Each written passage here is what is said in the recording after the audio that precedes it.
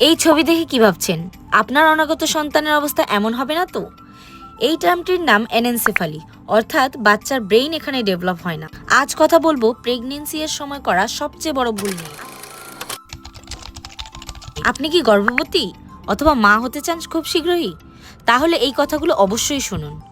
গর্ভাবস্থায় এমন একটি ভিটামিন আছে যেটা শিশুর মস্তিষ্ক আর স্পাইন ঠিকভাবে তৈরি করার জন্য অনেক অনেক অনেক বেশি দরকার।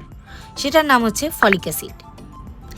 এই ফলিক অ্যাসিড যদি কোনো মা সঠিকভাবে না নেন তাহলে বাচ্চার ব্রেইন ডেভেলপ করবে না এবং ছবিতে দেখা বাচ্চাটির মতো অ্যানেনসেফালি হতে পারে। তাহলে এখানে আমাদের করণীয় কি? অবশ্যই রেজিস্টার্ড ডক্টরের প্রেসক্রিপশন অনুযায়ী ফলিক অ্যাসিড নিতে হবে। গর্ভধারণের আগে থেকে যদি প্ল্যান করা থাকে বেবি নেওয়ার, তাহলে অবশ্যই গর্ভে আসার আগে থেকেই ফলিক অ্যাসিড নিতে হবে। গর্ভে আসার পর কমপক্ষে 3 মাস সময় বেবির ব্রেইন, স্পাইন, নার্ভাস সিস্টেম তৈরি হয়। এই সময় ফলিক অ্যাসিড সবচেয়ে বেশি দরকার।